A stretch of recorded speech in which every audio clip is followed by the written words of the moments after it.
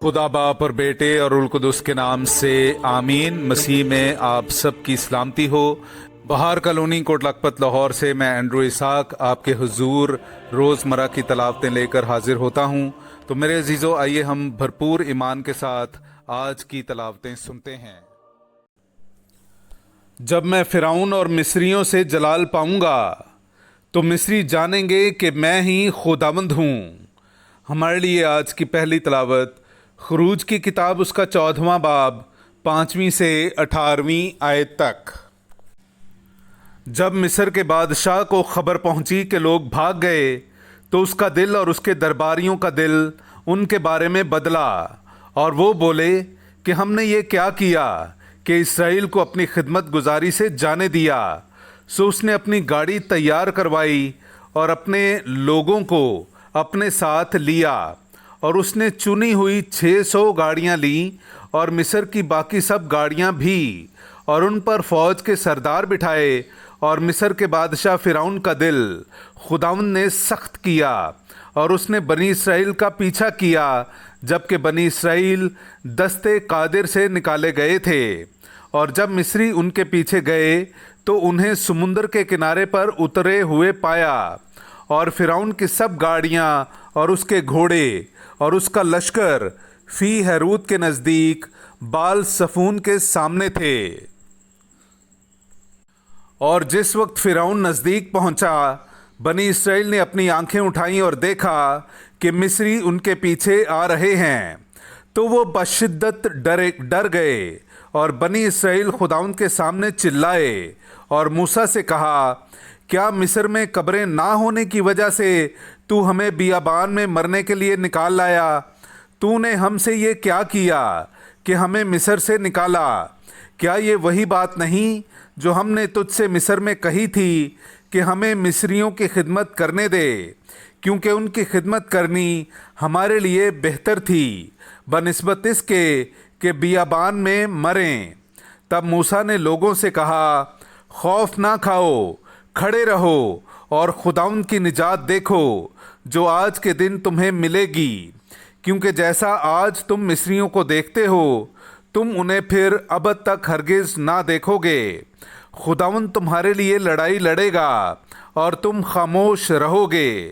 تب خداوند نے موسیٰ سے فرمایا، تو میرے سامنے کیوں چلاتا ہے؟ بنی اسرائیل سے کہہ کہ آگے کو چلیں۔ تو اپنا عصا اٹھا اور سمندر پر ہاتھ بڑھا، اور وہ 2 حصے ہو جائے گا، تو بنی اسرائیل اس کے بیچ میں سے خشکی پر گزریں۔ اور دیکھو، میں مصریوں کے دلوں کو سخت کروں گا، اور وہ ان کے پیچھے آئیں گے، اور فرعون اور اس کے سب لشکروں اور گاڑیوں اور سواروں سے میرا جلال ظاہر ہوگا۔ تو مصری جانیں گے کہ در حقیقت میں ہی خداوند ہوں، جبکہ میں فرعون اور اس کی گاڑیوں اور سواروں سے جلال پاؤں گا۔ پاک کلام کا پڑھا اور سنا جانا ہم سب کے لیے باعث برکت ہو۔ خدا کا شکر ہو۔ میں نغمہ گاؤں گا خداوند کا کہ جل جلالہ، میں نغمہ گاؤں گا خداوند کا کہ جل جلالہ۔ میرے عزیزو، آئیے ہم آج کا جماعتی زبور سنتے ہیں۔ زبور نمبر 16، اس کی پہلی 6 آیات۔ اے خدا میری حفاظت کر، کیونکہ میں تیری پناہ لیتا ہوں۔ میں خداوند سے کہتا ہوں کہ تو میرا خداوند ہے، تیرے بغیر میری بھلائی نہیں۔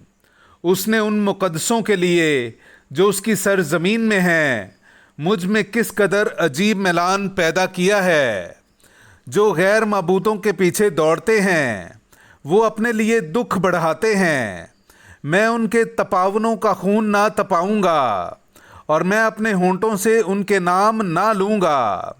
خداوند میری میراث اور میرے جام کا حصہ ہے، تو ہی میرے بکھرے کا نگہبان ہے۔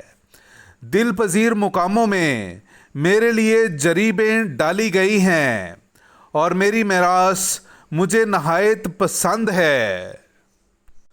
میں نغمہ گاؤں گا خداوند کا کہ جل جلالہ،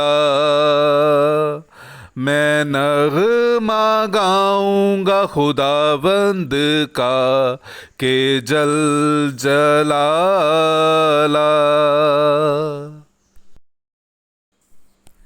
نعرہ حمد۔ آج تم اپنے دلوں کو سخت نہ کرو بلکہ اپنے خدا کی آواز سنو۔ ہاللیلویا۔ میرے عزیزو، آئیے ہم آج کا انجیلی اقتباس سنتے ہیں۔ انجیل مقدس بامطابق مقدس متی، اس کا 12واں باب 38ویں سے 42ویں آیت تک۔